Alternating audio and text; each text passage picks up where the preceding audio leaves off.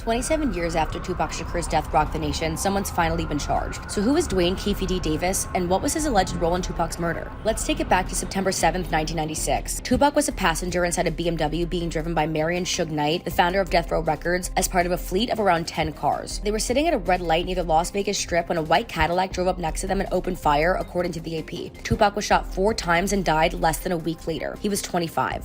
Tupac's death wasn't just a headline. It left an indelible mark on a generation. Known for more than his music, Tupac became a symbol of activism and resistance, and his untimely death ignited a firestorm of conspiracy theories and debates that continue to this day. To be clear, Davis has been a part of the story for a long time. In fact, Davis put himself at the scene of the crime in 2018, according to CBS News. That year, Davis told BET he was in the front seat of the Cadillac during the shooting. Who shot Tupac?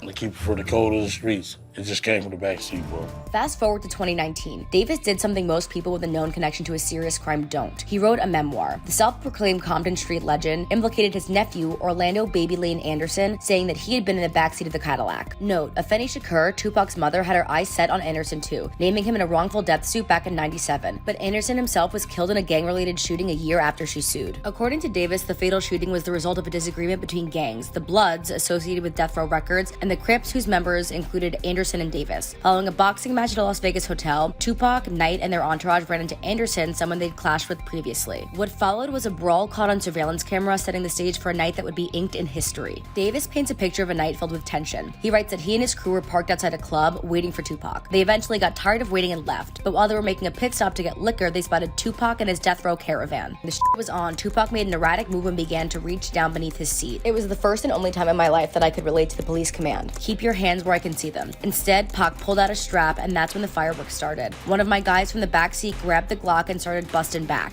According to police, Davis is the only person identified as a suspect in the case who's still alive. And that is how loose ends became a hot lead. In July 2023, police executed a search warrant at Davis's house. During the search, they seized 5 computers, an iPhone, several tablets, photographs, and a copy of a magazine that featured Pac. Davis was ultimately arrested on September 29th after being indicted on a murder charge. Mark DiGiacomo, a chief deputy district attorney in Clark County, Las Vegas, said in court that Davis ordered the death of Tupac. DiGiacomo described him as the on-ground, on-site commander, telling quite a different story than the one Davis had laid out. Davis is currently being held without bail, and the story is far from over.